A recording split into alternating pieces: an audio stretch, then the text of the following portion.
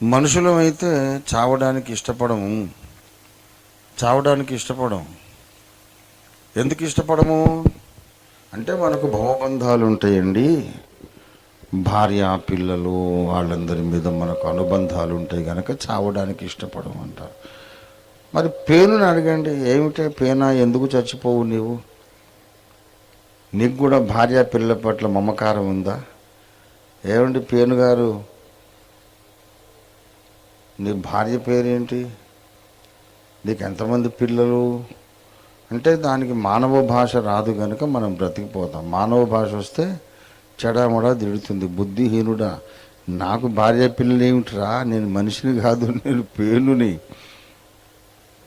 నేను పుట్టాను, ఏదో ఆఖరికి వాళ్ళ రక్తం తాగి బతుకుతున్నాను అంతే తప్ప నాకు భవబంధాలు ఏంటి, నాకు భార్య అంటే ఏమిటి అంటుంది అది.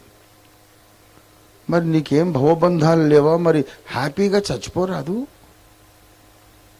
వద్దు, నేను బ్రతకాలి.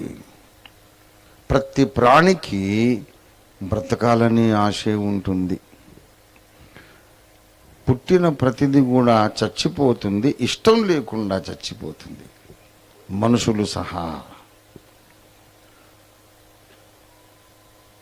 కాబట్టి కనబడే ప్రతిదీ కూడా ఇలా చచ్చిపోతుంది. కాబట్టి ఒక లాజిక్ వచ్చింది ఇక్కడ, ఒక గణిత శాస్త్ర సూత్రములాగా. నేను ఉండాలి, ఇంకా ఉండాలని ముసలోళ్ళు కూడా అనుకుంటారు.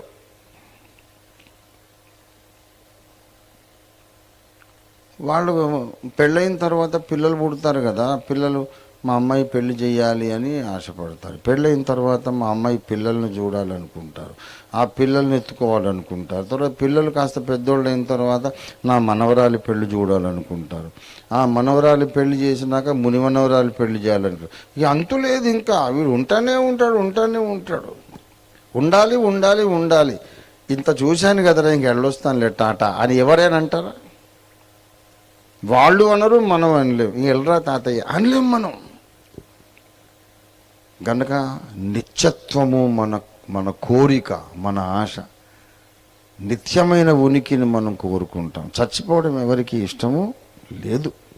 ఎందుకంటే అది సృష్టి విరుద్ధం, ప్రకృతి విరుద్ధం. దేవుడు ఒరిజినల్గా సృష్టించినప్పుడు మరణాన్ని విధించలేదు.